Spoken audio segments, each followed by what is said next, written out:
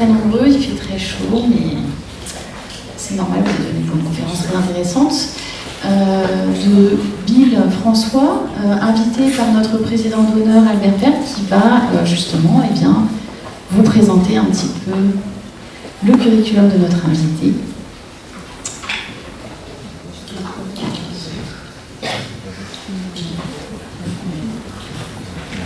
J'ai le plaisir de présenter notre conférencier, Bill François. Bill François est biophysicien. Après ses études à l'École normale supérieure à Paris, dans sa thèse, il a appliqué son expertise en physique, en mécanique du fluide, en acoustique, des problèmes de la vie dans la mer.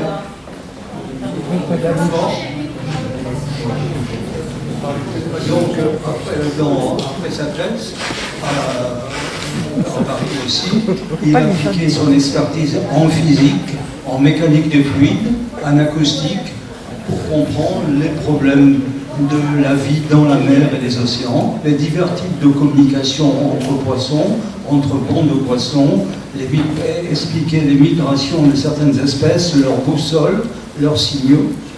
Et je suppose qu'il est allé encore plus loin, tellement il est passionné par tous les mystères de la vie sous la surface de la mer. Sous la mer, ce n'est pas tout à fait vrai.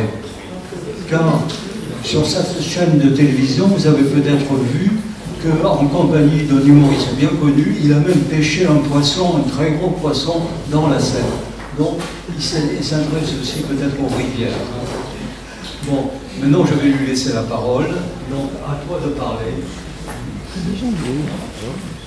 Merci beaucoup pour cette présentation. Merci à vous d'être venus si nombreux en bravant la chaleur pour venir vous rafraîchir auprès de cette petite conférence sous-marine. Alors ce qu'on va faire ensemble, c'est une petite plongée dans l'océan, mais en le regardant à travers le hublot de la physique. En général, on observe la vie marine à travers le hublot de la biologie, qui est un hublot grossissant, qui permet de zoomer, de regarder toute la diversité de la vie et des formes de vie dans leur complexité, d'aller décrypter les mécanismes. La physique, on fait l'inverse. C'est un zoom arrière. L'inverse d'un zoom, on essaye de voir les grandes lois générales et d'extraire des petites observations, des grandes règles générales sur le fonctionnement du monde. Et on dit souvent, pour rire, que pour un physicien, le modèle d'une vache, c'est une sphère. On considère une vache sphérique. Parce que, voilà, quand on va faire un calcul sur l'énergie d'un animal comme la vache, la première chose à faire, c'est de faire avec une sphère et ensuite de regarder éventuellement s'il y a vraiment des différences en changeant de la forme. Donc, ce qu'on va faire, c'est regarder beaucoup de poissons sphériques aujourd'hui, mais surtout beaucoup de secrets de physique sous l'océan, et vous allez voir que plein d'animaux marins insoupçonnés ont énormément de choses à nous apprendre au niveau des sciences de la mer, mais des sciences en général. Et avant de commencer donc cette conférence, je voulais qu'on rende hommage à un animal marin en particulier sans lequel je ne pourrais pas vous faire cette conférence aujourd'hui, pour la bonne raison que sans cet animal, on n'aurait pas la clim, mais on n'aurait pas non plus ce micro, on n'aurait pas ce magnifique projecteur, ni cet ordinateur, ni même le TGV qui m'a permis de venir ce matin. Cet animal, il vit tout près d'ici, vous pouvez en voir même dans la réserve marine juste là. Il est là. Alors, il y a 3 espèces en France, et je vous expliquerai que les 3 espèces ont joué leur rôle pour nous obtenir la clim, le micro, etc. Bon, vous l'avez compris, c'est un animal qui nous a donné, en grande partie en tout cas, qui a grandement contribué à notre maîtrise de l'électricité. Alors, vous l'avez peut-être reconnu, c'est un poisson cartilagineux qui s'appelle la raie torpille. Et torpille, c'est son nom de base, c'est l'animal qui a donné le nom ensuite à l'arme torpille, pas l'inverse. Cet animal, il était bien connu dès les Grecs anciens, et quand on s'approchait de cette bestiole, les Grecs anciens avaient remarqué que ça provoquait une sensation unique, très étrange. Des tremblements, les cheveux qui se hérissent sur la tête, ça anesthésie presque les membres si on s'en rapproche trop, c'est un véritable choc, mais qu'ils ne savaient pas expliquer, et que du coup ils ont nommé la torpeur de l'animal torpille. Et cette torpeur, elle est restée pendant très très longtemps une énigme. Alors, les premiers à y avoir réfléchi, en tout cas par écrit, c'est les Grecs anciens, sans doute qu'on y avait réfléchi avant aussi, Platon, notamment, compare Socrate à une vraie torpille pour sa capacité à laisser bouche bée ses adversaires en rhétorique, mais aussi pour sa face aplatie qui lui faisait penser à l'animal. Hein, voilà, c'était pas très gentil. En tout cas, ils y avaient déjà réfléchi. Platon, Aristote étudient un peu la torpeur. Personne ne comprend vraiment ce que c'est. Arrivent les pionniers de la médecine, les pères fondateurs de la médecine, Galien par exemple, et on commence à l'époque romaine à développer des applications thérapeutiques de cette torpeur. Et on sait que les Romains utilisaient couramment cet animal pour faire des anesthésies lors des accouchements ou pour faire des traitements de la goutte. Et ensuite, tout au long de l'histoire, en fait, on a utilisé un des chocs dus à l'arrêt torpille pour faire toutes sortes de traitements, certains complètement charlatanesques, d'autres qui sont encore des traitements électriques aujourd'hui. Et ce qui est intéressant, donc, c'est que ces traits torpilles, pendant très longtemps, c'était une énigme, c'est une des plus grandes énigmes scientifiques qui ont duré comme ça pendant des millénaires. Les alchimistes ensuite se disaient elles doivent produire du froid, parce que la théorie générale à l'époque c'était la théorie des humeurs, tout s'expliquait par du chaud et du froid. Donc on se disait, voilà, on sait que des flammes ça fait du chaud très très fort, ce poisson il doit faire du froid très très fort et très intense, et c'est pour ça qu'on est engourdi quand on le touche. Seulement évidemment ça marchait pas bien leur théorie, parce que même avec des habits très chauds ou en étant soi-même à une très haute température, on recevait quand même le choc de l'animal. Ensuite, Newton est arrivé, lui il expliquait tout par des chocs, des forces, en fait c'est le début vraiment de la mécanique en physique, et du coup on se met à expliquer la torpille aussi par des chocs. On se dit, elle doit en fait trembler très fort, ça doit être un genre de marteau-piqueur, on n'en avait pas à l'époque donc on se disait pas ça évidemment, mais on se disait, elle tremble très fort et ça nous transmet son tremblement. Et pendant longtemps, encore aujourd'hui dans certaines régions, vers Arcachon, on appelle ce poisson le tremble. On a cru que ça tremblait, mais bon, ça marchait pas non plus. Alors, quand on disséquait, qu'on ouvrait le poisson, on voyait qu'effectivement, il y avait des structures qui ressemblaient à des muscles, mais c'était pas tout à fait des muscles. Et surtout, ça ne marchait pas parce que ce tremblement, si vous touchiez la torpille avec une baguette en verre, vous ne le ressentiez pas du tout. Si vous touchiez la torpille avec une baguette en métal, vous le ressentiez très bien. Alors, c'est quand même bizarre. Et c'est comme ça que même dans l'encyclopédie de Diderot et d'Alembert, donc bien avant qu'on ait des théories sur l'électricité, on ne maîtrisait pas du tout ces domaines-là à l'époque, on a un certain Chevalier de Joncourt qui fait toute une théorie en postulant que cette torpille doit émettre des corpuscules torporifiques qu'on ne voit pas à l'œil nu, qui se déplacent d'un pôle à l'autre de la torpille. Il avait repéré que ça se déplaçait du ventre vers le dos de la torpille et que si on fermait le circuit avec certains matériaux, ça se déplaçait à travers, et avec d'autres matériaux, ça ne marchait pas. Donc il y avait des matériaux conducteurs de corpuscules torporifiques et d'autres non. Donc la toute première théorie de l'électron, il avait postulé quelque part l'existence d'un électron bien avant qu'elle ne soit postulée par des physiciens un peu plus sérieux. Ça a été totalement oublié aujourd'hui. Mais ça vient de cet animal. Mais c'est pas ça qui nous a donné vraiment notre maîtrise de l'électricité, c'est un peu plus tard, quand on commence à vraiment faire des machines électriques. Donc à l'époque, fin 18e, début 19e, on commence dans les foires à faire des machines à électricité statique, les tout premiers condensateurs, les bouteilles de Leyde, et ça fait s'hérisser les cheveux des gens, donc ça amuse beaucoup la galerie dans les foires et ça intéresse les savants. Et là, les Anglais commencent à se dire, cet animal a l'air de faire la même chose que la machine, mais on ne savait pas, on n'était pas sûr. Et donc il a fallu que Benjamin Franklin s'y intéresse et essaye de faire un protocole pour démontrer que c'était bien de l'électricité dans la torpille. Seul problème, il était occupé à ce moment-là, Benjamin Franklin, parce que c'était la guerre d'indépendance des États-Unis. Et donc il y a des courriers de Benjamin Franklin en pleine guerre d'indépendance des États-Unis qui envoie à un certain John Walsh des instructions pour aller à l'île de Ré expérimenter sur l'arrêt torpille et démontrer que c'est bien de l'électricité. Et une fois qu'on a eu bien démontré que l'arrêt torpille c'était de l'électricité qu'elle émettait, alors est intervenue une controverse entre deux pionniers de l'électricité, Galvani et Volta, dont vous avez sans doute entendu parler. Galvani, médecin, patriote italien, Volta, physicien qui collabore avec l'envahisseur Napoléon, donc ils se détestaient personnellement, mais surtout scientifiquement. Galvani, médecin, postule qu'il y a de l'électricité qui vient du vivant, tandis que Volta, physicien, estime que tout vient de la physique. Alors bon, les deux avaient plus ou moins raison, mais c'est pour river le clou à Galvani que Volta décide en 1800 d'essayer de reproduire l'organe électrique de la torpille avec des matériaux de la physique. Et c'est donc comme ça qu'est apparue, donc ça c'est Volta, voilà, la toute première pile électrique, qui au départ s'appelait organe électrique artificiel, parce que c'était pour imiter l'organe électrique de la vraie torpille. Et grâce à ça, ensuite, on a pu stocker de l'électricité. Ça a fait un pas de géant dans notre utilisation de l'électricité. Et c'est comme ça aujourd'hui qu'on se retrouve avec tout qui fonctionne à l'électricité. En tout cas, elle a joué un rôle important, cette brave torpille. Donc je pense qu'on peut quand même la remercier avant de commencer cette conférence. Deux points importants, intéressants à ce sujet. Bon, c'est clairement du biomimétisme avant même que le mot soit inventé. On imite la nature, donc c'est vraiment dans la nature que se trouvent beaucoup de solutions techniques et d'inventions. On le sait de plus en plus aujourd'hui, mais on le savait déjà à l'époque. Mais ce qui est assez amusant, c'est que toutes ces recherches-là, évidemment, à l'époque, c'était complètement abstrait. C'était quelque chose qu'on faisait. La seule application, c'était d'amuser les gens dans des foires.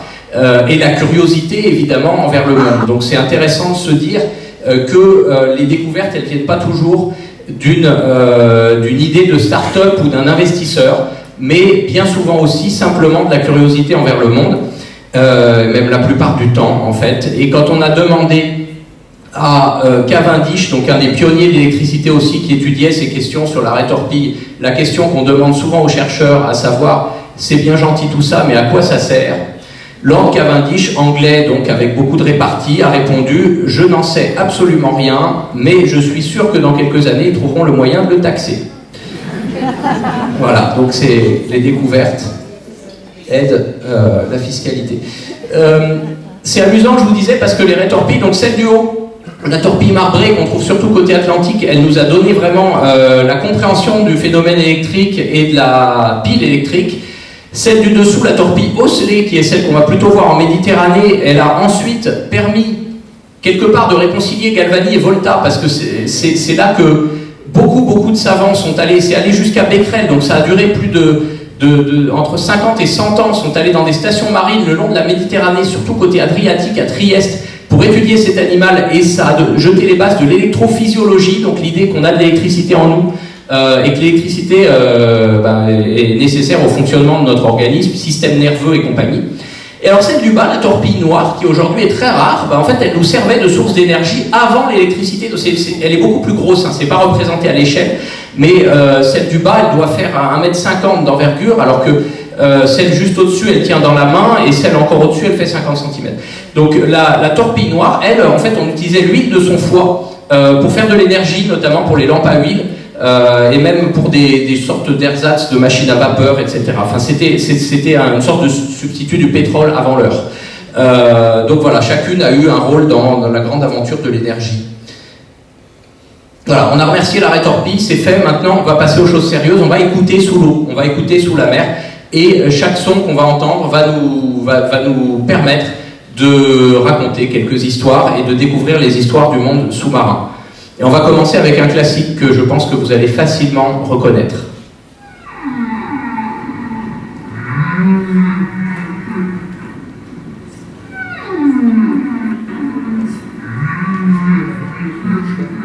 Alors, est-ce que tout le monde l'a ?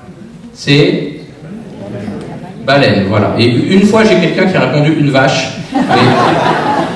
C'est bien évidemment la baleine, mais comme la vache, en fait... Ah, c'est le pointeur, génial, merci. Ah oui, ça c'est pratique. Donc comme la vache, la baleine c'est un mammifère, et donc elle respire de l'air, donc elle chante. Alors comment vous pourriez chanter sous l'eau ? En tant que mammifère, elle chante forcément la bouche fermée. Donc vous imaginez, vous fermez la bouche, vous essayez de faire du bruit. Magie, ça va faire un bruit qui ressemble à peu près au bruit de la baleine, parce que c'est vraiment comme ça que ça fonctionne. Et c'est donc les mêmes types de vibrations sonores, un peu que ce que fait l'être humain, au niveau du fonctionnement, c'est faire vibrer de l'air dans une cavité, sur un principe de corde vibrante quelque part. C'est comme ça que chante la baleine. Alors, ce chant des baleines qu'on entend, c'était une baleine à bosse en son qu'on a entendu. Là, c'est un rorqual commun qu'il y a sur le dessin, mea culpa. Mais toutes les baleines ont des chants différents en fait. Et il y a différentes structures et différents rôles de chant des baleines. Il y a des sons qui vont servir juste à la communication sociale, d'autres qui vont servir pour la chasse. D'autres encore, ça va être la mère et son petit. Et puis il y a aussi des chants dont on ne sait pas vraiment expliquer la raison. Et c'est sans doute un peu comme nous, quand on fait de la musique, on n'a pas forcément une raison de faire de la musique. C'est pour le plaisir, c'est pour séduire, c'est pour notre statut social, c'est pour tout un mélange de choses différentes. Les baleines, il y a aussi ça. Et quelque part, les éthologues parlent même de traits culturels pour ces chants-là de baleines, parce que c'est un patrimoine immatériel, comme ça, que les baleines vont se transmettre. C'est-à-dire que d'une population de baleines à une autre, elles se refilent des chansons. Et même d'une génération de baleines à une autre, d'une année sur l'autre, même la chanson, elle évolue. Comme un tube de l'été, hein, qui va ensuite être repris par d'autres interprètes. Il y a vraiment chaque année un tube de l'été chez les baleines, dans chaque population de baleines à bosse. Et ils sont ensuite modifiés, il y a des structures avec des couplets, des refrains, et chaque baleine va changer un peu les couplets, conserver les refrains, etc. Et ça évolue comme ça, donc on parle vraiment d'une culture chez les baleines. Alors là, on a entendu les chants les plus mélodieux, qui, comme par hasard, sont ceux qui, effectivement, sont les plus importants culturellement, mais il y a aussi des chants comme celui-là, qui le sont beaucoup moins. Ça, c'est quand elles s'organisent pour chasser. Ou encore, le deuxième, voilà, ça c'est la mère et le petit. Alors, c'est surtout la mère qu'on entend. Mais ça leur permet de tisser des liens dans ces cas-là. Un chant de baleine, à votre avis, à quelle distance on peut l'entendre? C'est là que la physique devient intéressante. Combien de kilomètres? Des milliers de kilomètres? Non. Dizaines. 1 kilomètre, de moins en moins. C'est rare. En général, les enchères, c'est vers le haut.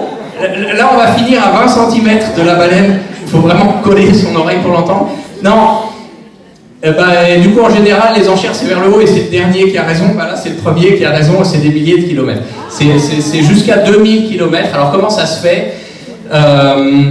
Déjà, la baleine, elle est dans l'eau. Donc, dans l'eau, on entend les sons beaucoup plus loin que dans l'air parce que le son, c'est une vibration de la matière et il se propage d'autant mieux que la matière est dense. D'autant mieux, c'est-à-dire d'autant plus vite, d'autant plus loin et en s'atténuant d'autant moins. Hein, c'est pour ça que les Indiens, dans les westerns, collent leur oreille sur les rails de chemin de fer pour entendre la locomotive. Dans l'air, le son n'est pas encore arrivé et de toute façon, il se disperserait en chemin quand la locomotive est à plusieurs kilomètres. Par contre, dans le fer, qui est des milliers de fois plus dense que l'air, le son, il est déjà là.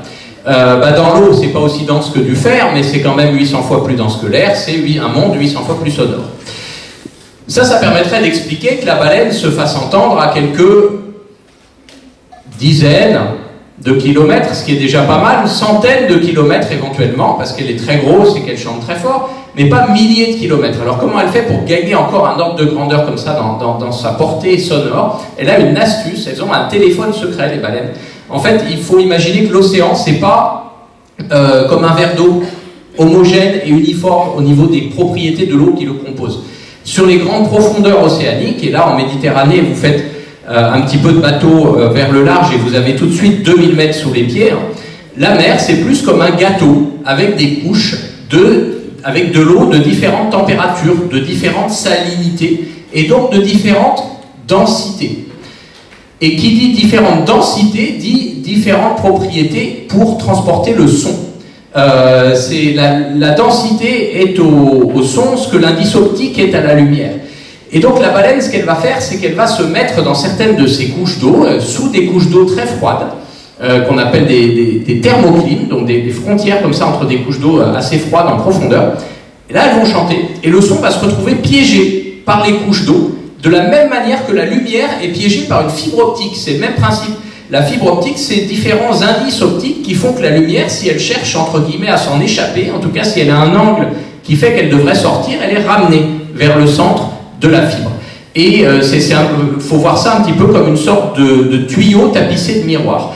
Et bien pour la baleine, elle se met dans cette couche d'eau, elle chante et ça fait exactement la même chose. C'est ce qu'on appelle un guide d'ondes en physique et en l'occurrence d'ondes acoustiques et ça permet au son de ne pas se disperser partout. Là, quand je parle ici, mon son, il va sous forme sphérique tout autour de moi, donc j'ai beaucoup de son qui part vers le mur et qui ne sert à rien. Déjà, là, ça permet de focaliser le son dans la bonne direction, mais en plus, ça lui permet de se propager beaucoup plus loin, comme ça, sans s'atténuer. C'est comme ça que les baleines arrivent à communiquer à des très très grandes distances.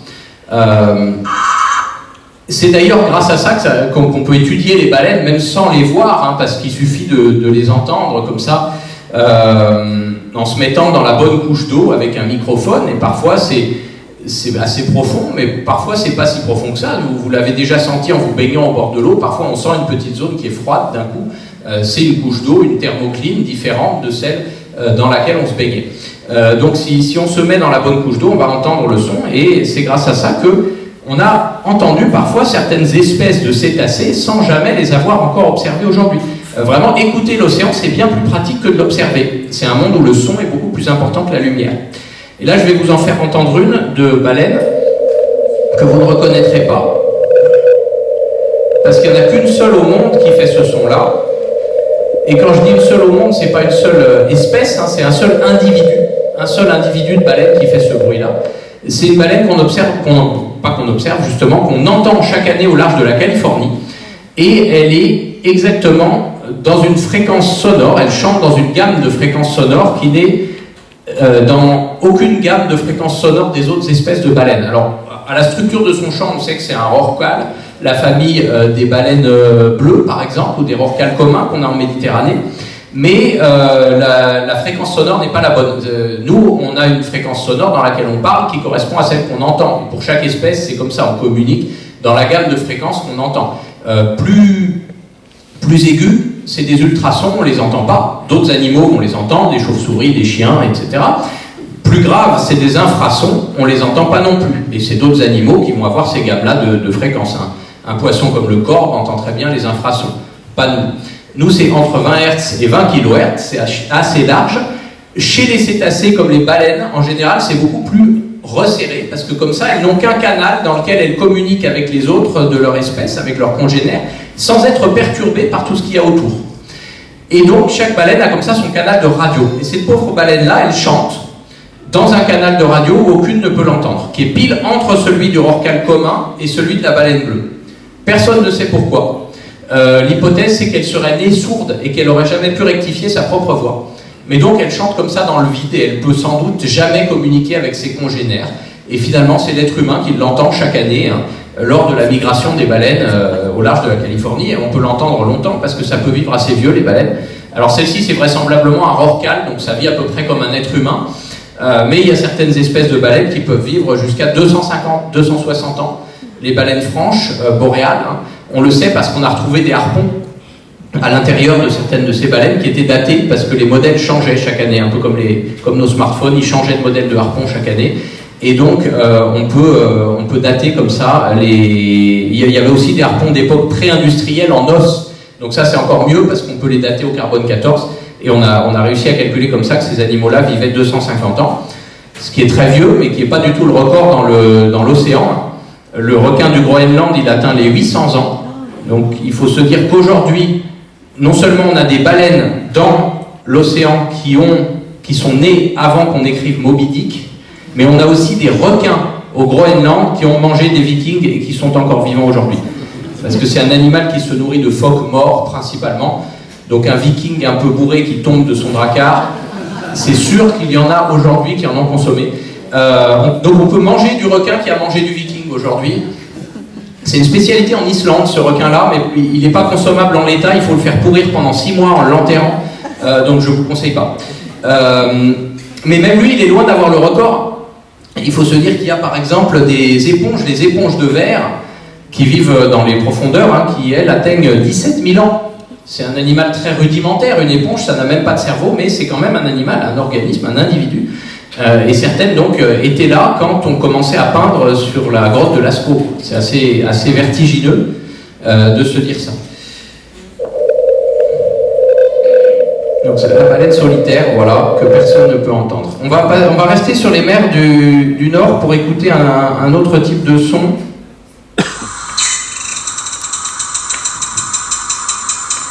Après, on ira en Méditerranée, je vous le promets, mais là, c'est pour rafraîchir la salle, en fait. On fait ça, avec ces images bien choisies.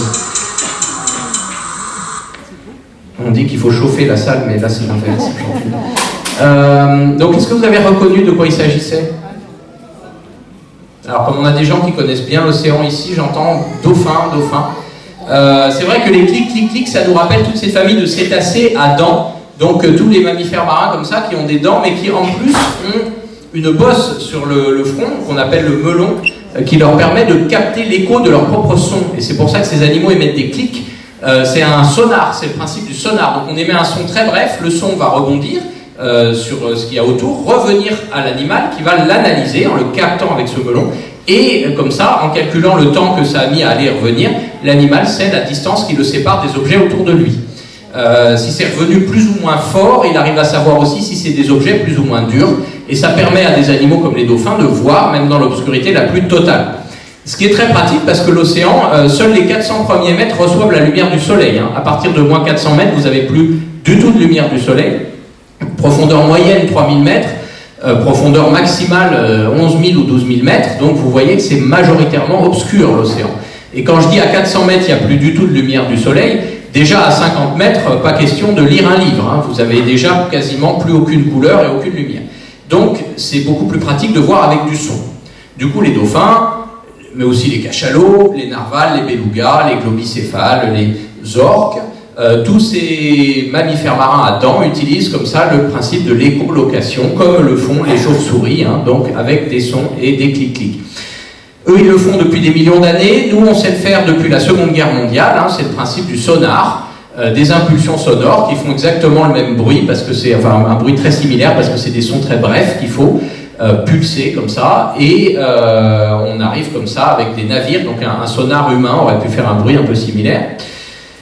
Spoiler, ce n'est ni l'un ni l'autre. Là, je vous ai raconté cette histoire, mais ce bruit que vous venez d'entendre, ça n'est ni l'un ni l'autre.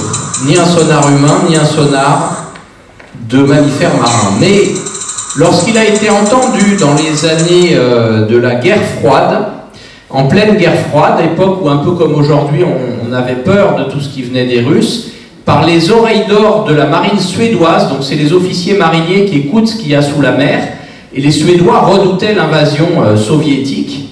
Lorsqu'ils ont entendu ce bruit pour la première fois, ils se sont dit, c'est sûr que c'est un sous-marin soviétique. Des sons comme ça, si réguliers de sonar. En plus, il y avait des sous-marins soviétiques qui s'échouaient souvent dans la zone, donc ils ont dépêché des frégates, des navires de guerre, etc., des avions sur la zone. Ils n'ont jamais rien repéré. Donc ils se sont dit, en plus, ce sous-marin doit être extrêmement furtif. Et ça a mené à une quinzaine d'années de tensions diplomatiques entre la Suède et l'Union soviétique, hein, où il y a eu des courriers officiels échangés avec Boris Helsinki qui niait avoir des sous-marins dans cette zone, et les Suédois qui lui rétorquaient qu'ils l'entendaient très régulièrement, des manœuvres qui se préparaient à les attaquer.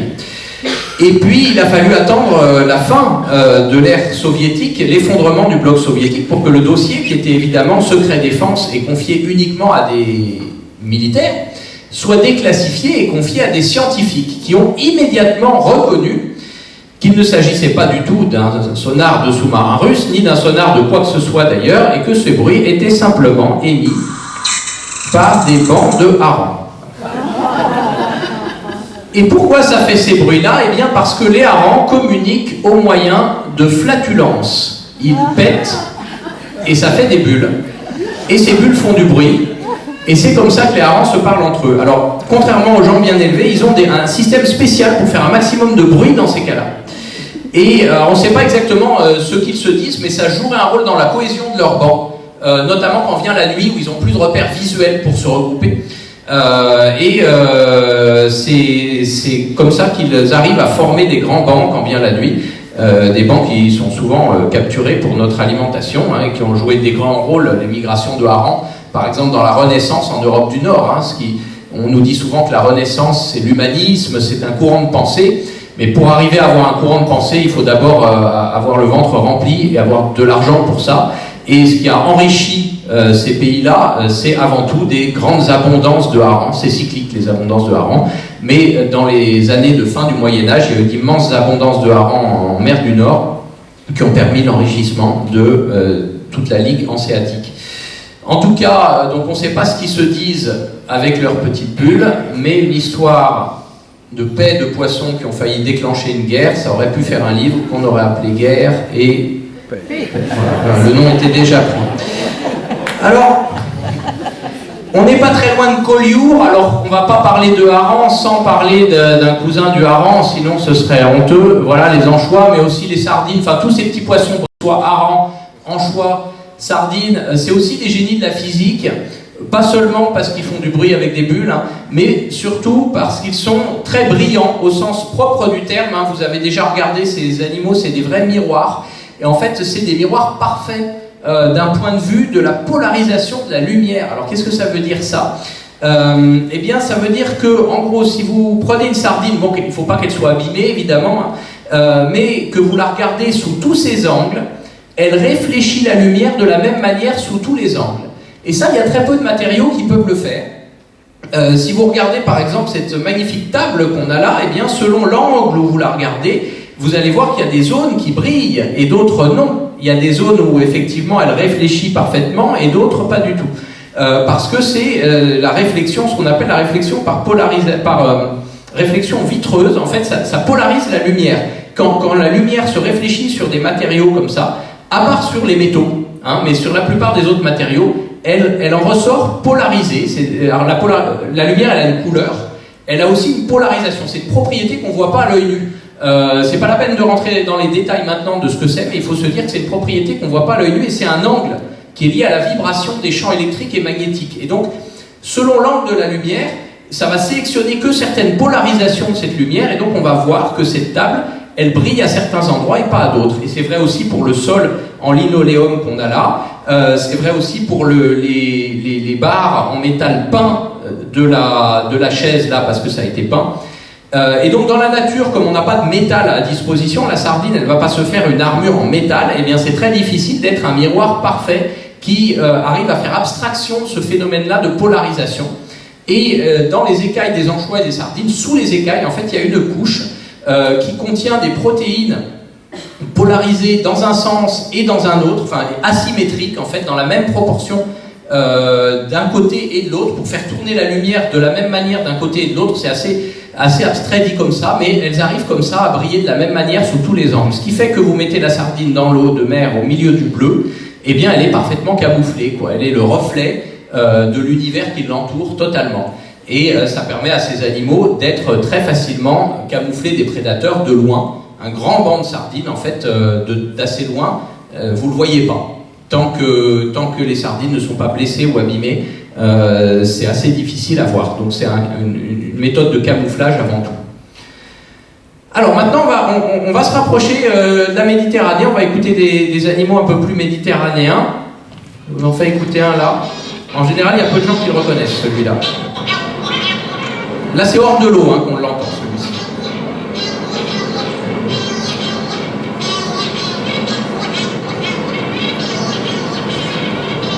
Alors, je vous le fais écouter pour qu'en fait vous le reteniez, parce qu'ensuite vous pourrez l'entendre un peu partout dans le monde, cet animal. Mais déjà, est-ce qu'il y a quelqu'un qui l'a? Ah voilà, oui, je me disais qu'ici, il y en aurait qui le trouveraient quand même, parce que c'est vrai que c'est un public particulier, c'est assez rare. Hein. Il y a que 2 fois où j'ai eu des gens qui reconnaissent le puffin comme ça. Hein. Il y a ici, et puis une fois à Saint-Pierre-et-Miquelon, j'ai un gars qui m'a dit carrément le nom latin de l'espèce de puffin que c'était. Ben, c'était pas le même que celui qui avait dit la vache. Hein. Mais donc un puffin, effectivement, c'est le bruit d'un puffin. Donc un puffin, qu'est-ce que c'est? C'est un oiseau de mer. C'est un oiseau de mer qu'on retrouve à peu près partout sur toutes les mers du globe. Alors il y a plein d'espèces assez variées qui chacune a un très petit endroit où elles vont nicher.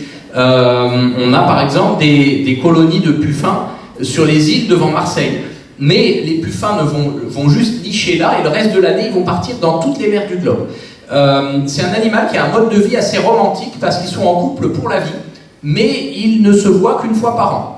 Le temps d'élever un petit, ça les épuise, et après ils ou elles repartent aux 4 coins de la planète.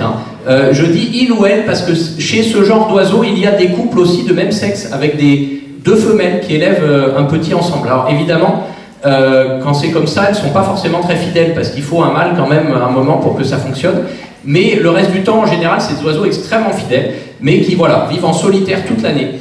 Et c'est exactement le même destin qu'un autre oiseau qui est plus connu du grand public, qu'on appelle les albatros. C'est d'ailleurs quasiment la même chose, c'est vraiment des cousins extrêmement proches. La différence principale étant que les albatros vivent pas chez nous, ils vivent dans l'hémisphère sud. Pourquoi ces oiseaux ne traversent pas pour venir chez nous, comme je vous disais, qu'ils volent dans le monde entier? C'est parce que ce sont avant tout des planeurs. Puffins comme albatros, vous les reconnaîtrez en mer à leur façon de voler, où en fait ils tirent des bords, ils louvoient, en tournoyant comme ça, en montant, puis en descendant au ras de l'eau et en remontant et ainsi de suite, mais sans jamais battre des ailes. Vous ne les verrez quasiment jamais battre des ailes. L'albatros peut quasiment faire le tour du monde sans battre des ailes et sans jamais se poser. Tant qu'il a un petit peu de vent, suffisamment de vent, parce que c'est des planeurs, c'est des oiseaux qui utilisent un mode de vol qui est utilisé par certains aviateurs près des montagnes. En fait, ces montagnes à lui, c'est les vagues, et au niveau du creux des vagues, il n'y a pas beaucoup de vent, alors qu'au niveau de la crête des vagues, il y a beaucoup de vent. Et il va utiliser cette différence comme ça de vitesse du vent pour pomper en quelque sorte de l'énergie en remontant face au vent, puis en redescendant très vite dans le creux de la vague. Et en faisant comme ça, il arrive à voler sans battre des ailes et donc sans se fatiguer. Il peut même dormir en volant, hein, c'est ce qu'il fait généralement. Seul problème, c'est qu'il ne peut pas traverser l'équateur, parce qu'autour de l'équateur, les navigateurs à la voile le savent bien, il n'y a pas de vent. Alors le puffin, il a le même mode de vie. C'est donc c'est des oiseaux qui sont totalement adaptés à la vie au grand large, hein, parce qu'ils ne se posent jamais, ils ne se posent que quand ils viennent se reproduire quelques semaines dans la colonie, mais après, plus jamais. D'ailleurs, un albatros, si faute de vent, il est obligé de se poser sur l'eau, il va mettre plusieurs kilomètres d'efforts à battre des ailes pour arriver à s'envoler à nouveau. Donc il n'a pas intérêt du tout à se poser. Le puffin ne va pas mettre des kilomètres, mais enfin, il va mettre quand même quelques dizaines ou centaines, plutôt quelques centaines de mètres à s'envoler. On ne le voit pas bien sur le dessin, mais tous ces oiseaux, ils ont un bec avec vraiment des narines tubulaires très proéminentes. Ça leur sert à dessaler l'eau de mer. Ils ont des glandes pour dessaler l'eau de mer dans leurs narines, parce qu'ils vont évidemment n'avoir que la mer à boire. Donc ils boivent de l'eau de mer, ils éternuent et ça excrète le sel. Je ne vous expliquerai pas comment ça marche, parce que là, c'est vraiment de la biologie très très complexe, de la biologie moléculaire tellement complexe que c'est un argument évidemment fallacieux, mais employé par les créationnistes pour essayer de dire qu'il n'y a que Dieu qui aurait pu faire un truc pareil. C'est évidemment assez fallacieux, on sait très bien comment ça a évolué, on a des fossiles, etc. Mais bon, ce qui est intéressant, c'est que donc, comme c'est un oiseau qui passe sa vie à voler sans jamais se poser, il est très associé au niveau de son mode de vie avec un poisson qui passe sa vie à nager sans jamais s'arrêter, à savoir le thon. Et le thon étant un poisson assez génial, on va s'y attarder un petit peu, d'autant plus que c'est malheureusement pour lui l'animal marin que vous rencontrez le plus souvent dans votre vie, hein, étant donné que c'est le produit de la mer qu'on consomme le plus. Diverses espèces de thon. Bon là c'est l'espèce méditerranéenne la plus imposante, le thon rouge, dont beaucoup naissent en Méditerranée mais vont ensuite migrer dans l'Atlantique, etc. Pourquoi il nage sans jamais s'arrêter? Eh bien, si je vous demande d'imiter un poisson, vous allez faire... Voilà, bah le thon, voilà, là vous imitez toutes sortes de poissons, mais pas le thon. C'est raté, parce que le thon, c'est justement le drame de sa vie, c'est qu'il ne peut pas faire... En fait, il n'a pas les muscles qui lui permettent de ventiler ses branchies, comme le fait un poisson rouge, par exemple, en battant des opercules, des ouïes. Le thon, il est donc obligé, pour respirer, d'ouvrir la bouche et de nager droit devant lui le plus vite possible. Faute de quoi, il coule et il se noie, ce qui est quand même la honte quand on est un poisson. Mais du coup, il est totalement adapté à la vie au grand large, donc ça n'est qu'un muscle en fait, un thon. Hein. Quand vous regardez, il y a un minuscule tube digestif, mais qui sur un thon d'une centaine de kilos va être à peine épais comme ça. Et tout le reste, c'est du muscle. Et vous avez déjà vu une tranche de thon, ça fait des cercles. En fait, ces cercles, c'est quoi? C'est des faisceaux de tendons qui relient tous les muscles du corps de l'animal en un seul et même endroit, le pédoncule caudal qui est là.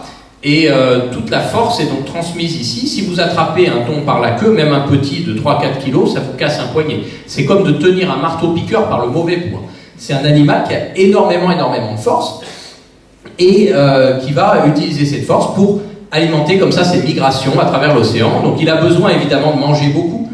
C'est un opportuniste, il mange de tout. Ça va du crabe au maquereau, au bonite, en passant par des méduses. Alors quand il mange des méduses, il est obligé de manger plusieurs fois son propre poids par jour pour arriver à avoir assez d'énergie. Quand par contre il mange des sardines, c'est un petit peu moins, mais enfin ça mange quand même beaucoup. Ça reste cet ordre-là, hein. C'est de l'ordre de son poids tous les jours. Donc c'est un animal assez exceptionnel. Et on va Et il va nous apprendre pas mal de leçons sur le monde marin, donc même s'il ne fait pas de bruit, donc je n'ai pas pu vous le faire entendre, j'aurais pu vous faire entendre la boîte de thon qu'on ouvre, mais enfin c'est un peu moins poétique. Donc on va quand même écouter ces histoires avec quelques questions sur le thon, voilà, que vous ne vous êtes peut-être jamais posées. Par exemple celle-ci, combien Dieu possède le thon? Alors j'entends 2, qui dit plus ou moins? On commence les enchères assez haut. Oui, je pense que 2, c'est une réponse logique. Quand on voit la photo, on voit un œil d'un côté, et puis des hypothèses scientifiques, il y en a sans doute un de l'autre côté. En fait, c'est pas si simple. Le premier à avoir tenté de répondre à la question par écrit, en tout cas, un certain Aristote, s'est trompé aussi, parce que je vous dis tout de suite, c'est pas 2, sinon ça serait pas drôle, ça serait pas très intéressant. Donc le premier à avoir essayé de répondre, c'est un certain Aristote, qui lui était un petit peu moins optimiste, qui pensait qu'il avait un seul œil. Pourquoi il pensait ça? Parce qu'il voyait que les thons migraient toujours dans le même sens en Méditerranée, et comme il n'arrivait pas à s'expliquer ça, il s'est dit, c'est sûrement qu'il a qu'un œil qui voit bien, et donc il garde la côte du côté de l'œil où ça voit bien, pour ne pas se perdre. Bon, c'est une hypothèse, mais ça ne marchait pas. Alors du coup, ici, on a beaucoup de gens qui ont répondu 2, ce serait bien, mais c'est pas ça non plus, c'est plus complexe, c'est pas tout à fait 2, en fait c'est plutôt 3. Alors, je vous affirme ça, mais vous allez me dire, ok, mais où est le 3e?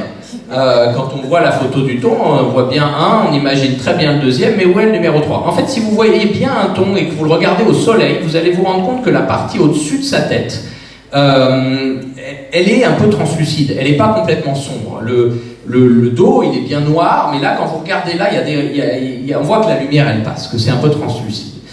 Et en fait, si vous ouvrez vraiment le poisson au point d'observer son crâne, le crâne de thon sur le neurocrâne, la partie qui est au-dessus, eh ben, il y a une fente au milieu, en fait, il est fêlé le thon. Et comme on dit, l'avantage d'être fêlé, c'est qu'on laisse passer la lumière. Et c'est vraiment ce qu'il se passe avec le crâne du thon. C'est-à-dire qu'il a cette fente, et que juste en dessous de cette fente se trouve au niveau du cerveau du thon la glande pinéale qui est sensible à la lumière. Alors, en fait, c'est cette fenêtre pinéale qui joue le rôle d'un 3e œil, comme ça, sur la tête du thon, un œil là, et le 3e ici. Elle a des origines très anciennes dans l'évolution, de l'époque de nos ancêtres communs à nous et au thon. On s'est séparé, notre lignée ne s'est séparée du thon qu'à peu près il y a 500 millions d'années. Pendant très très longtemps dans l'histoire de la vie, on avait des ancêtres communs. Et les premiers poissons qui nageaient au fond des océans, ils avaient 3 yeux. Ils avaient 3 yeux et fonctionnels, les 3, ça leur permettait de repérer les prédateurs, etc. D'ailleurs, encore aujourd'hui, les poissons très primitifs qui descendent directement de cette lignée-là, c'est-à-dire des poissons qui n'ont pas de mâchoire, qui n'ont pas de squelette, qui n'ont même pas d'os calcifiés, comme les lamproies, eh bien, elles ont encore le 3e œil très développé, qui leur sert. Alors, ça forme pas des images, mais ça distingue les couleurs. Donc, à la lamproie, ça va lui servir à savoir à quelle profondeur elle est, en fonction de combien le monde autour d'elle est plus ou moins bleu. Donc, ce 3e œil, il est présent comme ça chez plein d'animaux, comme le thon. Et puis au cours de l'évolution, alors je ne sais pas si j'ai l'image là, mais non, je pense que je ne l'ai pas, donc je vais vous raconter. De toute façon, un humain, vous voyez à quoi ça ressemble. En fait, chez le thon, donc, il n'est pas encore complètement recouvert, ce 3e œil, mais ensuite, au cours de l'évolution, les mammifères notamment ont complètement perdu ce 3e œil parce que la boîte crânienne l'a complètement recouvert. On n'a pas de trou, nous. Un reptile comme la tortue-lutte a encore un usage de ce 3e œil direct, c'est-à-dire que vous regardez la tête d'une tortue-lutte, on a l'impression qu'elle s'est pris un coup de soleil et que ça a pelé, mais toujours, toutes les tortue-luttes. Donc si vous voyez une tortue-lutte, vous ne dites pas celle-là, elle a un problème, elles ont toutes ça. En fait, le haut de la tête est très rose parce que la peau est beaucoup plus fine et ça permet de laisser passer la lumière vers son œil pinéal, comme pour le thon. Un iguane des Galapagos, par exemple, et beaucoup d'iguanes et de reptiles comme ça ont aussi l'œil pinéal, parfois assez développé avec même un cristallin, une lentille. Et en fait, ça leur permet de rester au soleil quand ils ferment les 2 yeux parce qu'ils font la sieste. C'est critique pour ces animaux à sang froid d'être bien au soleil, et donc ça leur permet de savoir qu'ils sont au soleil, quoi. Comme ça, si le jour décline et qu'ils se retrouvent à l'ombre d'un cocotier, ils le sentent, ils peuvent bouger. Voilà, donc la sieste peut être un facteur d'évolution important, vous voyez. Alors vous me direz, tout ça c'est intéressant, mais à quoi ça lui sert au thon? On a dit pour le reptile c'est pour faire la sieste. À quoi ça sert au thon? Et puis pourquoi nous est-ce que c'est complètement disparu? Déjà non, hein. Notre boîte crânienne elle a recouvert la glande pinéale, mais la glande pinéale dans le cerveau elle est toujours là. Elle est juste plus connectée à ce troisième œil qui n'existe plus, mais une merveille de l'évolution, elle s'est progressivement connectée à la place à notre nerf optique. Et donc elle analyse toujours un signal lié à la lumière. Et c'est elle notamment qui est responsable de nos rythmes circadiens, donc de la journée, et c'est elle qui nous donne l'énergie quand les journées rallongent au printemps et un coup de fatigue quand à l'automne les jours rapetissent. C'est un vestige de ce troisième œil, donc c'est un cadeau des ancêtres poissons. Et alors pour le thon, donc je vous ai toujours pas dit à quoi ça lui sert, eh bien il a été récemment montré que cette fenêtre pinéale et ce troisième œil lui permettait de capter des différences de polarisation de la lumière. Et que cette fenêtre avait un rôle polarisant. Et on suppose, ça n'est encore qu'une hypothèse, mais elle est étayée par des faits, vous allez voir, on suppose que ça jouerait le même rôle que le cristal qui servait aux Vikings à s'orienter. Je ne sais pas si vous avez vu cette série télé Vikings, là, où ils font que de se massacrer, mais l'intrigue du premier épisode de la série, je ne suis pas allé plus loin que le premier, c'est autour de ça, mais qui est un vrai fait historique, c'est que les Vikings faisaient le point, ils n'avaient pas de GPS, et donc ils arrivaient à faire le point et à savoir leur position par rapport au soleil en utilisant un cristal qui polarisait la lumière, et comme je vous disais tout à l'heure, la polarisation c'est des histoires d'angles, et ça leur permettait de calculer des angles du soleil au lever et au coucher du soleil avec les rayons du soleil qui leur permettaient de savoir où ils se trouvaient sur le globe terrestre. Et donc il se trouve que non seulement la calotte crânienne du thon qui est au-dessus de la fenêtre pinéale, elle polarise la lumière comme la pierre des Vikings, mais en plus, le thon fait des ascensions suivies d'une grande plongée en profondeur, pile au moment du premier rayon du soleil et du dernier rayon du soleil tous les jours.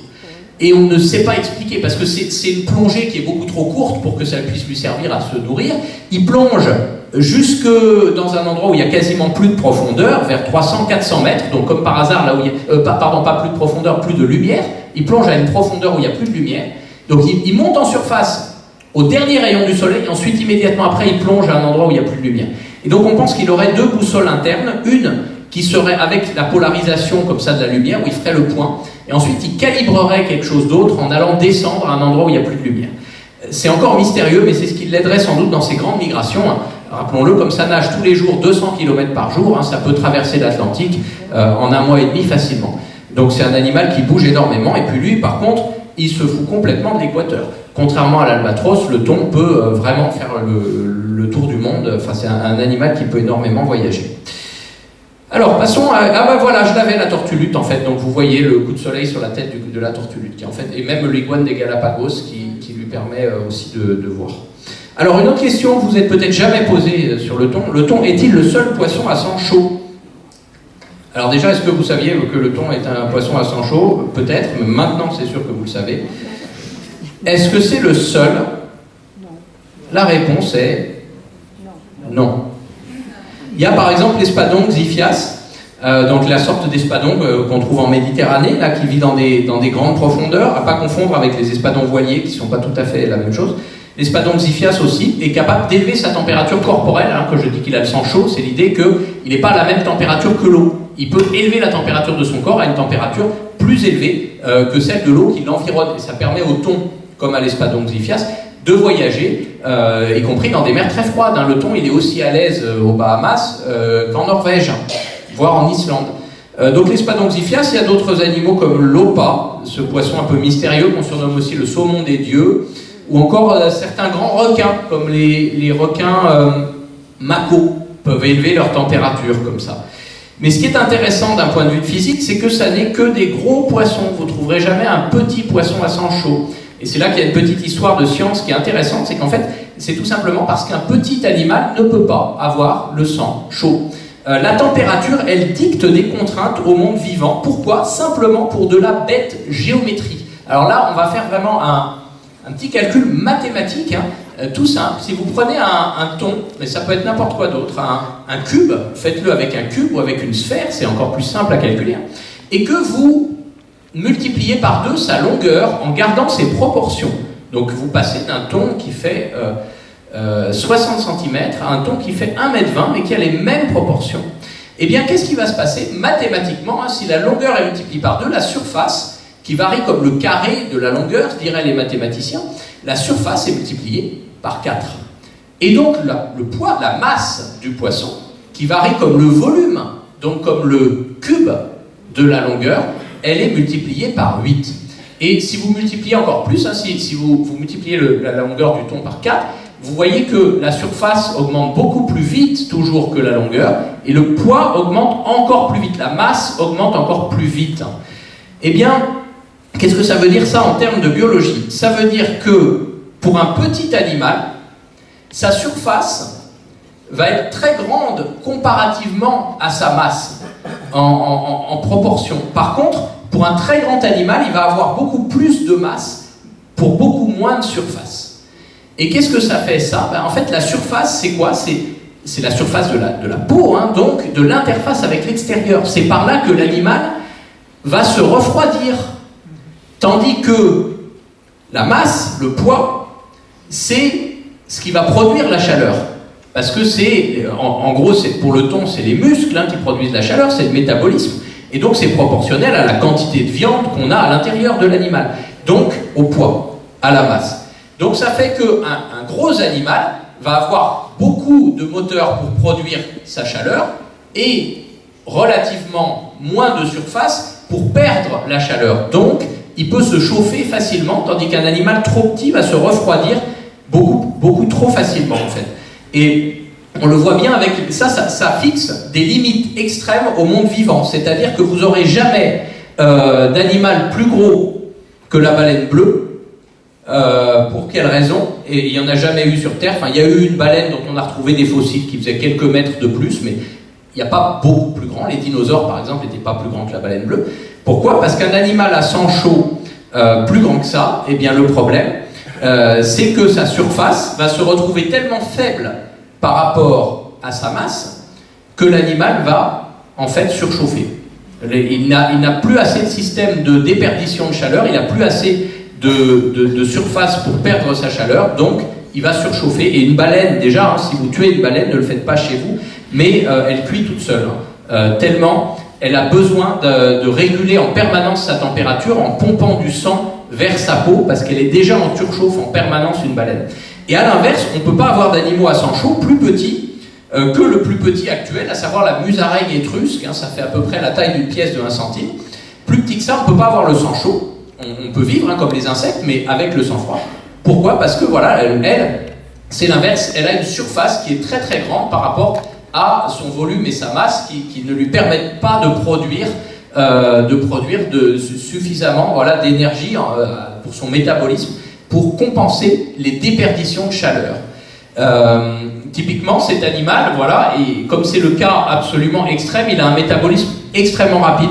Les battements de cœur, je ne sais plus combien c'est par minute, mais c'est aberrant. Mais surtout, il doit manger toutes les demi-heures au maximum.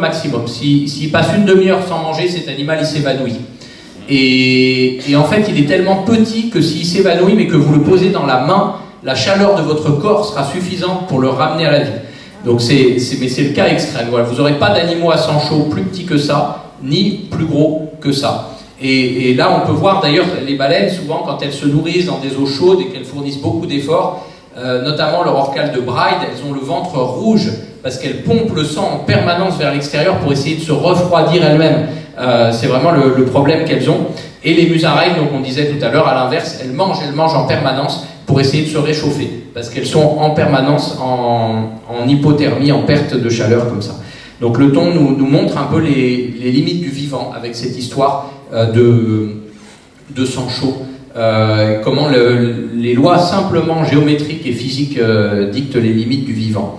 Alors on a aussi des cas extrêmes, un peu la biologie arrive un peu à s'affranchir de certaines limites, avec des poissons qui ont le sang froid, des animaux à sang froid en général. Il y a plein d'animaux qui sont en permanence à la température de l'extérieur. Certains vont même utiliser cette notion-là de géométrie pour la respiration. Alors, vous voyez, on a dit tout à l'heure tout petit égale beaucoup de surface pour pas beaucoup de volume, donc pas beaucoup d'énergie qu'on peut produire, mais aussi pas beaucoup de besoin. Donc si on est vraiment petit, on a tellement de surface qu'on n'a même plus forcément besoin de respirer activement. Donc la plupart des petits animaux respirent uniquement grâce à la diffusion de l'oxygène à travers leur peau. Les gros animaux, par contre, ont besoin d'un mécanisme pour respirer parce que ça ne suffit pas. Si on devait compter juste sur notre peau, on n'aurait pas assez d'oxygène qui diffuserait à travers pour alimenter toute notre grande masse. Et là, on a un poisson qui est un peu une exception parce que lui, il vit dans des mers très froides, donc où il y a beaucoup d'oxygène, et il arrive à se passer de respiration active, et il respire uniquement par diffusion, mais c'est le maximum de taille d'un animal qui respire par diffusion. Il doit faire 20-30 cm. Alors, une question encore que je pense que vous ne vous êtes jamais posée. Pourquoi les petits thons ont des rayures et pas les gros? Alors, c'est une question qu'on se pose assez rarement, je dois reconnaître, mais je l'avais inséré dans une conférence pour la première fois dans un club de pêcheurs de thon, en fait, qui étaient fans de thon, donc qui voulaient tout savoir sur cet animal, et c'est vrai que je me suis aperçu que ça permettait de raconter beaucoup de choses au-delà de juste la biologie du thon. Et donc, un petit rappel quand même, pour ceux qui ne sont pas fous de thon, voilà, les petits thons ont des rayures, et puis, quand au fur et à mesure qu'ils grandissent, ces rayures, elles se transforment en taches, et puis peu à peu, voilà, c'est plus que des taches, et puis au bout d'un moment, on les attrape et on les mange. Non, on les attrape et on les mange dès qu'ils sont petits, malheureusement, mais surtout, au bout d'un moment, ils n'ont plus de rayures. C'est ça qui est intéressant. Ils arborent une livrée totalement uniforme. Et ce qui est marrant, si on se penche un peu sur les poissons en général, c'est que c'est pas le cas que pour les thons. Si vous allez, par exemple, au fin fond de l'Amazone, regardez un grand poisson-chat d'Amazonie comme la piraiba, et ben très jeune, elle a des rayures, puis elle a des rayures un peu bizarres qui se transforment comme ça, peu à peu, jusqu'à devenir carrément des taches au fur et à mesure qu'elle grandit. Là, c'est le même poisson à différents âges. Et puis ensuite, eh bien, ces taches, elles s'estompent peu à peu pour acquérir une livrée uniforme, et ensuite on l'attrape et on la mange. Non, on ne les mange pas, c'est un poisson absolument protégé. Là, c'était dans le cadre d'études scientifiques. Mais vous pouvez voir aussi qu'elle a une livrée uniforme à l'âge adulte. Et c'est vrai pour plein d'autres espèces. On peut prendre la coryphène qui arrive en masse dans nos eaux avec le réchauffement de la Méditerranée. Bah, pareil, petite, elle a des rayures, ensuite ça devient des taches, puis les taches disparaissent, puis eh bien, ça devient une livrée de plus en plus uniforme. Et certains animaux semblent même mettre à profit ce phénomène. Par exemple, le gatrin, là, ce poisson tropical, sa larve, elle a des... Enfin, son juvénile, c'est pas du tout la larve. À l'état juvénile, elle a des rayures. Et ben en fait, ça ressemble énormément à une limace de mer qui est toxique. Et ça va permettre à ce poisson d'éviter de se faire manger quand il est petit. Un autre exemple, là, d'un autre gatrin qui change totalement de livrée. Et pareil, on a des sortes de taches un peu rayures qui deviennent ensuite des pois. Enfin, il y a toujours un peu la même tendance dans le changement de couleur, comme ça, de livrer des animaux. Et le premier à s'être penché dessus, à y avoir apporté une réponse, c'est un pionnier de l'informatique, Alan Turing, dont vous connaissez peut-être l'histoire et le destin assez tragique d'ailleurs. Donc ce pionnier de l'informatique, en plus d'avoir jeté les bases de l'ordinateur et d'avoir craqué les codes des machines de cryptographie des nazis, eh bien, il s'est penché sur l'apparition des formes et des motifs, des structures dans la nature. Et il a postulé une idée assez originale qui permettrait, selon lui, d'expliquer ce dont on vient de parler, c'est-à-dire pourquoi ces animaux, quand ils sont petits, ils ont des rayures, puis en grandissant, ils ont des taches, et après, les taches, elles disparaissent quand ils grandissent encore plus. Et pour ça, il a postulé un modèle simple d'interaction. En fait, il s'est dit, en gros, vraiment pour schématiser, sur la peau de l'animal, il doit y avoir des entités colorées, qu'il appelle des morphogènes, qui sont directement le siège des couleurs, comme des cellules colorées, soit ce seraient des gènes qui donnent la couleur. Lui, il étudiait aussi ça pour la forme, c'est pour ça qu'il appelle ça morphogène, mais là on s'intéresse qu'à la couleur. Donc il se dit, voilà, en gros, il y a des couleurs sur la peau de l'animal qui vont faire entre elles ce que font un prédateur et une proie dans la nature. C'est-à-dire que vous mettez dans un espace naturel, vous mettez des lapins et des renards. Qu'est-ce qui va se passer? Les lapins vont se reproduire, Puis les renards vont manger les lapins, et en mangeant les lapins, ça va leur permettre aussi de se reproduire. Ça va faire baisser la population de lapins. Donc il y a une interaction comme ça de prédation. Et si on l'observe juste d'un point de vue temporel, dans un enclos où on a des renards et des lapins, ben on voit que ça fait des cycles en fait, où il y a des moments où il y a beaucoup de lapins, puis après ça permet aux renards d'augmenter jusqu'à temps qu'ils mangent trop les lapins, puis ensuite ça s'effondre et ça recommence. Ça c'est si on regarde juste d'un point de vue temporel. Mais si ensuite vous ouvrez l'enclos et que vous laissez les lapins et les renards partir partout dans la nature, ben en plus ils vont diffuser à travers la nature. Donc on va avoir à la fois cette oscillation comme ça en cycle et une diffusion, ce qui va faire qu'on va se retrouver avec des zones avec beaucoup de lapins, des zones avec beaucoup de renards qui vont évoluer dans le temps et qui vont former des motifs. Donc c'est ça qu'il a postulé, Turing, il fallait quand même y penser, et c'est un modèle assez simple de ce qu'on appelle la réaction diffusion. Les physiciens connaissent bien, mais pour l'expliquer, voilà, de manière un peu grand public, donc on a un prédateur qui va inhiber la prolifération de ses proies. Ces proies, elles s'auto-activent, c'est-à-dire les lapins se reproduisent entre eux. On ne considère pas l'abondance en herbe dans ce modèle, on suppose qu'ils ont de l'herbe à profusion, sinon c'est trop compliqué. On n'a que 2 agents là. Donc un prédateur qui inhibe ses proies, la proie qui s'auto-active et qui active en retour le prédateur. Et à cette interaction s'ajoute une diffusion dans l'espace. Et ça fait que si on modélise, par exemple, bon, on va dire en noir c'est les lapins, en blanc c'est les renards ou l'inverse, et qu'on le modélise sur une surface donnée, sur un endroit avec des limites finies, ça peut être dans un parc naturel par exemple, hein, ou carrément à la surface d'une mini-planète, enfin d'une sphère qu'on modélise comme ça, eh bien on s'aperçoit que ça forme des zones avec des îlots de lapins, des îlots de renards, où il y a plus ou moins de l'un ou de l'autre, hein, et que, eh bien, selon la taille, là on voit pas très bien, mais la sphère là elle est plus grande que celle-ci, qui est plus grande que celle-là, qui est plus grande que celle-là, ben, selon la taille, et c'est uniquement la taille de votre système qui joue, eh bien vous avez des rayures un peu plus bizarres, des trucs un peu vermiculés, et puis carrément des taches si on est plus grand. Et puis si on a été encore plus grand, les motifs finissent par s'estomper, disparaître dans une sorte de gris moyen.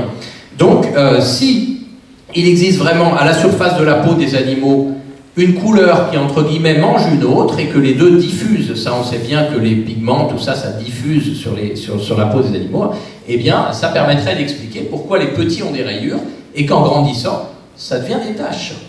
Et ce qui est amusant, c'est qu'avec ce modèle simple informatique, sans savoir rien de la biologie de la bestiole, simplement en rentrant la forme, là on a par exemple ces poissons globes qui ont des yeux, donc ça fait une sorte de trou sur la surface, et puis qui ont la peau plus ou moins arquée à différents endroits, avec plus ou moins de courbure. Et bien simplement avec un calcul mathématique, on arrive avec ce modèle tout simple à reproduire exactement tous les motifs, même de bestioles, avec des motifs extrêmement compliqués comme ça. Alors pendant très longtemps, on a postulé que c'était ça sans avoir la clé de l'énigme, c'est-à-dire sans savoir si c'était vrai. Et même Turing, longtemps après la mort de Turing, hein, on ne savait toujours pas si c'était vrai. Et pourtant, on voyait que ça marchait, que ça expliquait plein de choses. Et pas seulement les poissons, hein, aussi des animaux beaucoup moins intéressants, hein, comme par exemple celui-là. Eh bien, vous voyez que à l'endroit où il est le moins large, à savoir le bout de la queue, hein, il a des rayures, et puis aux endroits où c'est beaucoup plus vaste et large, il a des taches. C'est vrai aussi pour les zèbres, c'est vrai, même des transformations très compliquées, elles peuvent s'expliquer avec ce modèle au niveau de plein d'animaux. Et donc pendant très très longtemps, voilà, il y a même, oui, les punks à chiens, vous voyez, vous vous demandez peut-être pourquoi ils ont des chiens qui ont toujours des rayures. Ben, c'est parce que c'est des bâtards. Et donc, comment ça marche, ça, je vais vous l'expliquer, c'est une hybridation, ça marche aussi avec ce modèle, c'est-à-dire que quand vous mettez un animal qui a des taches d'une certaine taille et un autre qui a des taches d'une autre taille et que vous les croisez entre eux, ça va générer des rayures avec le modèle. Et ça a été démontré. On peut le voir avec des poissons. Vous prenez un omble japonais, donc qui a des taches blanches sur fond sombre, un saumon japonais qui a des taches sombres sur fond blanc, et vous avez un poisson qui a des robes un peu vermiculées, comme les rayures du punk à chien, du chien, plus précisément. Donc les hybrides, en fait, ça fait ça. Et ce qui est amusant, c'est que quand on fait le calcul vraiment avec les paramètres du modèle, qu'on prend exactement, on suppose que ça va être la moyenne des paramètres de diffusion sur la peau de l'un et de l'autre, ben, ça donne exactement ça, quoi. Donc on arrive à le prévoir. Et pendant très très longtemps, on prévoyait ces choses-là. Alors là on le voit, voilà. Donc c'est l'expérience du modèle. Là, c'est les paramètres pour un omble. Là, c'est les paramètres qui nous donnent un saumon. Puis si on prend pile la moyenne des deux, on se retrouve avec exactement la même robe qu'il y a dans l'hybride. C'est quand même assez dingue. Et toutes ces expériences-là, elles ont été faites sans avoir identifié qu'est-ce que c'était que ces couleurs qui en mangent une autre, en fait. Et il a fallu attendre vraiment très longtemps. Ça, c'est un poisson hybride. Voilà, il a fallu attendre très longtemps. Et c'est ce poisson-là qui a validé vraiment la théorie. Un poisson-chat d'Amérique du Sud, le sorubim, et qui a aussi des couleurs très variées selon les régions où il habite et selon sa taille, comme on disait, avec des motifs très, très variés. Et où, en étudiant la peau au microscope, on a vraiment trouvé que les cellules pigmentées, les chromatophores, en fait, pouvaient inhiber la division de leurs homologues d'une autre couleur. Donc il y avait une couleur prédatrice, entre guillemets, qui inhibait la couleur proie. Et donc les chromatophores d'une couleur sombre, je ne sais plus si c'est ceux-là qui jouaient le rôle de lapin ou de renard par rapport à ceux d'une couleur blanche, mais en tout cas, il y avait exactement ce phénomène-là qui avait lieu, et on s'en est aperçu vraiment, mais c'est qu'il y a quelques années, peut-être 10 ou 20 ans, pas plus, qu'on a prouvé qu'en fait cette intuition que Turing il avait eue dans les années d'après-guerre, eh ben, elle était vraiment validée au niveau biologique, quoi. Grâce à un poisson d'eau douce cette fois-ci, mais bon, personne n'est parfait. Ce qui est amusant, c'est que ce modèle de réaction-diffusion, il sert à expliquer plein de choses. C'est ça qui est génial avec la physique, et on arrive à modéliser la propagation de rumeurs sur des réseaux sociaux ou la forme de certaines taches dans le soleil avec le même type de modèle, quoi. C'est une loi très générale, c'est pas que la peau des poissons. Alors, dernière question sur le thon quand même, avant de passer à autre chose. Est-ce que le thon sait nager ? Alors, clairement, on a l'impression que oui, mais en fait, pas tant que ça. Pas tant que ça, parce que le thon, quand il est tout petit, ressemble à ça. Il fait la taille d'un grain de couscous quand il sort de son œuf. Et vous le savez peut-être, c'est une loi de la mécanique des fluides qu'on ne nous enseigne pas à l'école, mais l'eau, elle est perçue très différemment par les organismes selon la taille qu'on a par rapport à elle.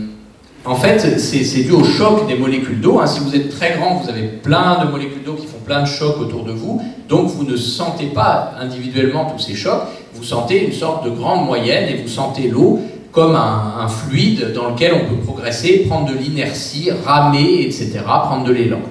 Mais si vous êtes tout petit, vous allez percevoir d'autres effets à votre échelle. Vous vous retrouvez au milieu des chocs de ces molécules d'eau comme un enfant dans une piscine à boules.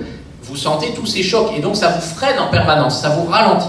Plus on est petit, plus l'eau, pour nous, elle est visqueuse.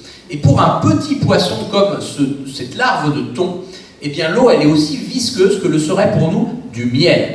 Donc vous imaginez nager dans du miel, non, vous imaginez pas, parce que c'est pas agréable, mais je peux vous dire ce que ça ferait si vous nagez dans du miel. Eh bien lorsque vous faites une brasse vers l'avant, vous allez vers l'avant, et quand vous remettez les bras en arrière pour en faire une autre, vous reculez exactement d'autant que vous avez avancé. Parce que ce genre de viscosité, elle induit une force comme ça, symétrique, qui fait que si vous nagez de manière symétrique, vous n'avancerez jamais. C'est pour ça qu'un petit poisson comme le thon, il ne ressemble pas du tout à l'adulte, parce que s'il battait de la queue pour nager, il battrait de la queue vers la gauche, il avancerait, et il bat de la queue vers la droite, il recule. Donc ça ne marcherait pas. Donc il a une forme totalement différente, et il ne nage pas, il rampe dans l'eau. Il va devoir avoir une nage asymétrique, comme une sorte de tire-bouchon. C'est comme ça que ça fonctionne. Même un être vivant encore plus petit, le spermatozoïde, vous voyez tous à quoi ça ressemble, et vous avez tous l'impression que ça nage comme une anguille. Pas du tout. Si ça nageait comme une anguille, ça ferait du surplace. Ça nage comme un tire-bouchon. Parce que, à son échelle, l'eau, elle est extrêmement visqueuse. Et donc, il est obligé de nager comme un tire-bouchon pour pouvoir avancer. Les petits poissons comme le thon à la naissance, eh bien, c'est le cas. Et ensuite, en grandissant, il va devoir réapprendre à nager en s'affranchissant, de par sa taille, de ses forces de viscosité, en arrivant sur d'autres forces. Comme les forces qu'on connaît, nous, à savoir la traînée. Donc, c'est... en gros, quand on nage, c'est la même force que si on ramait. C'est du principe d'action-réaction. On pousse l'eau derrière nous et ça nous fait avancer. Donc le thon de taille moyenne, il va nager avec ce principe-là, mais très vite, il va aller tellement vite et être tellement gros qu'il va nager avec encore un autre principe. Parce que quand on va vraiment très vite, l'eau semble encore moins visqueuse au niveau des lois physiques qui régissent son comportement. Et là, le thon, il va pouvoir faire encore mieux, il va pouvoir être dans l'eau comme on est dans l'air, et il va voler en fait, tout simplement. Donc la nage d'un thon adulte lorsqu'il va assez vite, alors assez vite, un thon, en gros c'est entre 70 et 100 km/h qu'il peut faire en vitesse de pointe, et bien ça n'est plus de la, ah oui j'avais pas traduit, ça n'est plus de la traînée, c'est de la portance. Donc c'est le même principe que ce qui fait voler les ailes d'avion.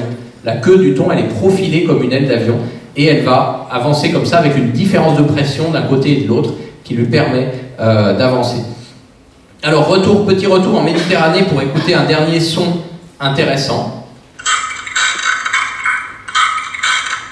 On oublie le thon, là on passe complètement à autre chose, on vient le long de nos côtes. Qu'est-ce que c'était? Je le remets. J'entends crevettes. Des huîtres. Il y en a qui ont faim. C'est pas trop une température à manger des huîtres. Mais c'est aussi un animal qu'on pourrait manger, mais pareil, c'est pas la température trop pour le manger. C'est tout simplement une langouste.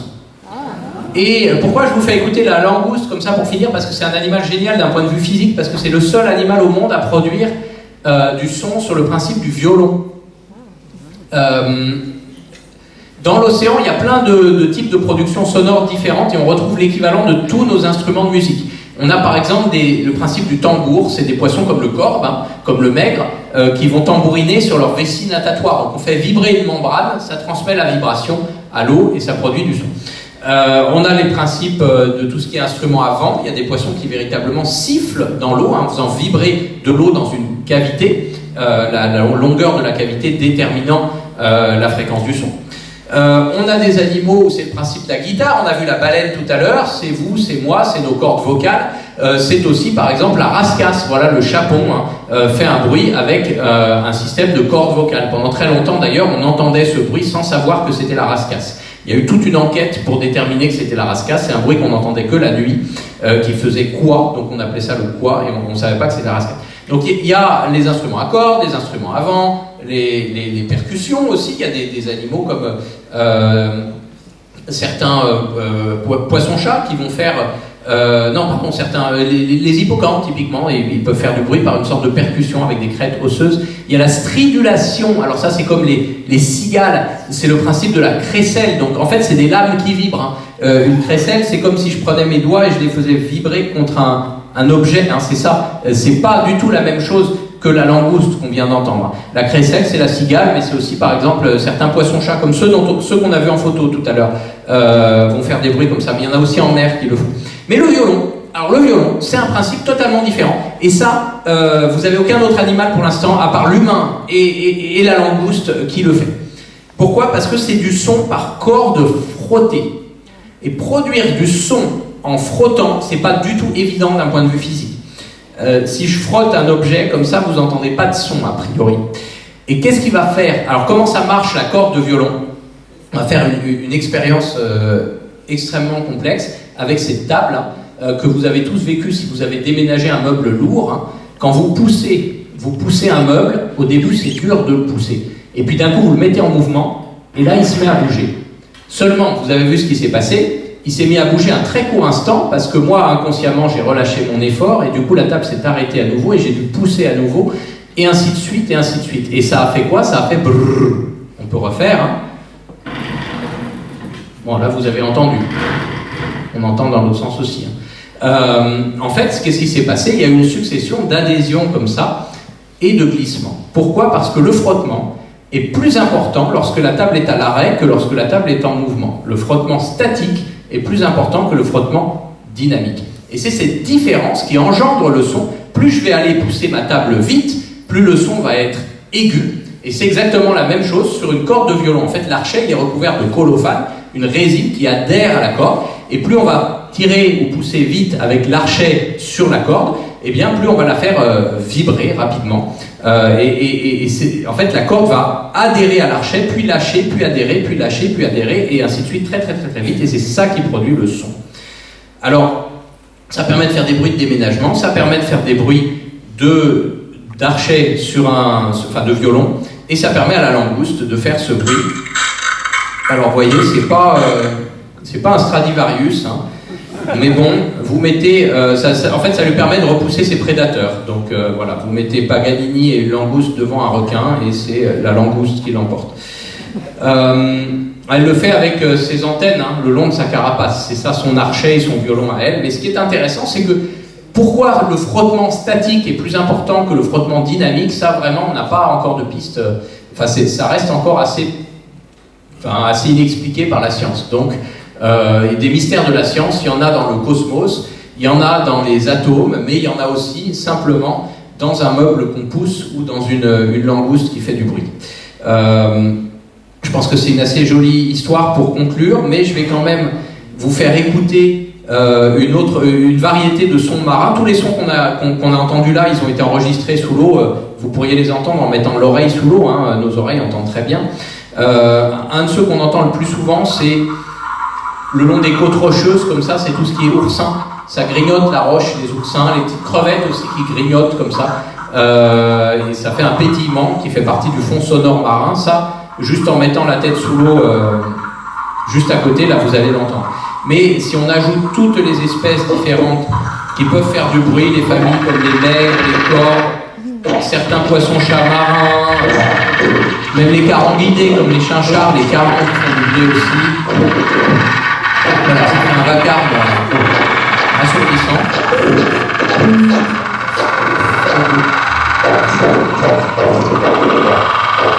Et alors ce vacarme qui n'a rien à envier à la forêt amazonienne, il a un rôle biologique. Il y a vraiment certains endroits où ça fait du bruit comme ça. En Floride, il y a même des villes entières sur pilotis où les gens ont été obligés de déménager parce que les poissons faisaient trop de bruit.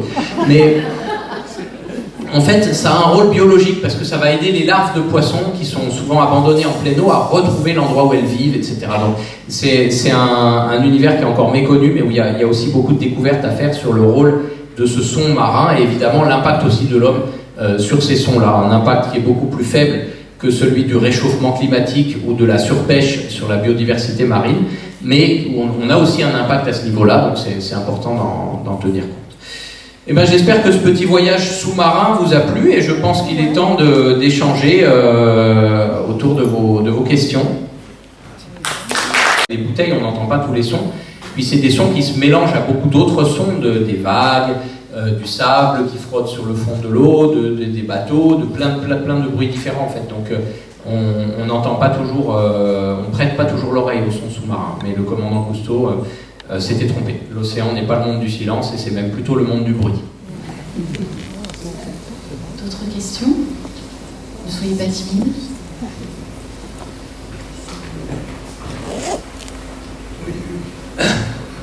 J'ai compris que la lumière réfléchie par les écailles de la sardine était polarisée. Est-ce qu'une autre sardine va pouvoir détecter la polarisation et reconnaître la sardine et distinguer une sardine de notre poisson comme un prédateur? Alors, en fait, la lumière réfléchie sur la sardine, elle est justement, elle a la même polarisation sous tous les angles. Donc, mais pour il n'y a pas de signature propre, comment dirais-je, à chaque individu de sardine ou de choses comme ça. En revanche, les sardines, comme les anchois, comme la plupart de ces poissons qui vivent près de la surface, ont en effet des lentilles polarisantes sur leurs yeux. Chez les mulets, c'est très visible. Les mulets, ils ont vraiment toute une sorte de cornée assez visible sur leurs yeux. Et ça leur servirait un peu comme nos lunettes polarisantes à nous. Hein, quand les pêcheurs, par exemple, mettent des lunettes polarisantes, c'est pour mieux distinguer ce qu'il y a sous l'eau en éliminant les reflets. Quand les cyclistes en mettent, c'est pour pas avoir les reflets sur la route. Ben, ce serait pareil. Ces poissons-là élimineraient certaines polarisations de la lumière pour trouver leur proie. Et cette idée d'animaux qui arrivent à se repérer l'un l'autre avec la polarisation, elle existe notamment chez la crevette menthe. Alors les crevettes menthe ou squilles, c'est un ordre de crustacés très particulier, il y aurait énormément de choses à dire dessus, on pourrait faire toute une conférence d'1 heure parce qu'elles ont des propriétés incroyables, mais parmi ces propriétés, leurs yeux sont sensibles à la polarisation de la lumière, et encore mieux, ça parlera plus aux physiciens, à l'hélicité de la polarisation circulaire. Donc en gros, est-ce que le champ magnétique tourne vers la gauche ou vers la droite, enfin l'axe de propagation, c'est complexe, et elles sont sensibles à cette hélicité, et elles sont capables, sur leurs écailles, de leur carapace, de produire des lumières avec des polarisations circulaires d'une certaine hélicité ou d'une autre, ce qui permet à leurs congénères de leur échanger des messages en fait codés, qu'il n'y a que cette espèce-là et les physiciens humains qui savent décrypter, en tout cas observer, parce que la couleur, beaucoup d'espèces arrivent à la voir, la polarisation, certaines espèces arrivent aussi, mais pas toutes, typiquement nous on n'y arrive pas, mais alors l'hélicité de la polarisation, ça, il n'y a a priori que cette crevette, en tout cas aujourd'hui, dont on sache qu'elle sait le faire. C'est un principe qui est employé dans les cinémas 3D.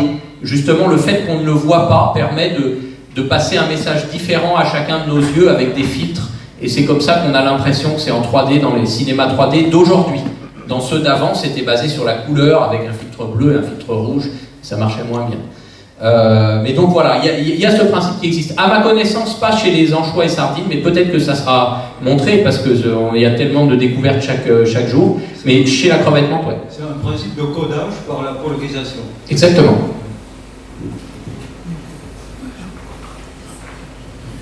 D'autres questions? Non, personne? Il y en a eu. Ah, pardon. Quand on plonge de nuit dans la région, on est parfois absolument surpris par des bruits de castagnettes extrêmement forts qui sont dus à des petites crevettes, des petits crustacés plus exactement, qui claquent des pinces avec une manière extrêmement saccadée, comme des castagnettes. C'est peut-être d'ailleurs des crevettes menthes. Il y a les crevettes pistolets qui font des bruits très très forts. La crevette menthe aussi, c'est les bruits les plus forts de crustacés. Après, il y a plein d'autres crevettes, donc je ne sais pas exactement laquelle c'est dans la région. Mais il y a des crevettes menthes dans la région et certaines qui font du bruit. Et c'est le bruit le plus fort, un des bruits les plus forts du monde sous-marin. Une crevette menthe, ça peut atteindre les 120 décibels. Quand elle claque des pinces, c'est tellement violent que ça peut casser un aquarium. C'est la hantise, c'est un peu une sorte de légende parce que c'est quand même très rare que ça arrive, mais dans certains aquariums, en achetant un bloc de corail, certains aquariophiles achètent sans le faire exprès une larve de crevette menthe, et puis après elle grandit cachée sous le sable et elle finit par manger tous les poissons de l'aquarium, et un beau jour elle loupe son coup, elle tape dans la vitre et ça fait tout voler en éclats. Bon, c'est arrivé mais c'est très rare, mais c'est vous dire que c'est un bruit et un coup qui est très très puissant, qu'on peut entendre de très loin, 120 décibels quand même, et qui est même tellement puissant que ça fait bouillir l'eau, c'est-à-dire que ça produit de la cavitation. L'accélération de la pince est telle que ça crée une dépression dans l'eau qui la transforme en vapeur. C'est un phénomène qu'on observe couramment au niveau des hélices de bateaux rapides ou des torpilles. Mais cette crevette, elle le fait aussi. Et il y a même un phénomène encore plus incroyable parce que ça fait de la sonoluminescence, c'est-à-dire que l'onde de choc, elle est tellement forte qu'on observe un flash lumineux dont on ne sait pas trop expliquer l'origine. C'est assez sujet à débat. Mais qui aurait peut-être même une réaction ou de type plasma, ou même presque peut-être de type nucléaire au moment de cette implosion de la bulle générée par la crevette menthe. Donc c'est vraiment un animal incroyable, et c'est probablement ça qu'on entend, c'est plus dans les fonds sableux dans nos régions qu'on a ces crevettes-là, mais si c'est pas elle, c'est peut-être la crevette pistolet qui fait exactement la même chose, ou alors une autre espèce, hein, mais les crevettes sont très bruyantes, voilà.